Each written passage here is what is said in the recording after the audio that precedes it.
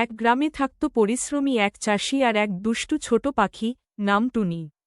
টুনি সারাদিন গাছে গাছে উড়ে বেড়াত, গান গাইত, আর চাষির ধানক্ষেতে ঢু মারত। একদিন চাষি দেখে টুনি ধান খাচ্ছে।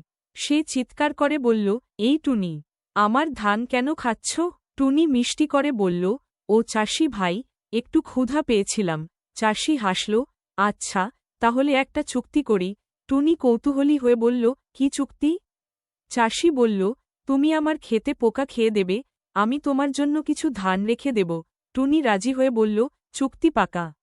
এরপর থেকে টুনি প্রতিদিন সকালে আসে, পোকা ধরে খায়, গান গায়, আর চাষির ধান থাকে সুরক্ষিত।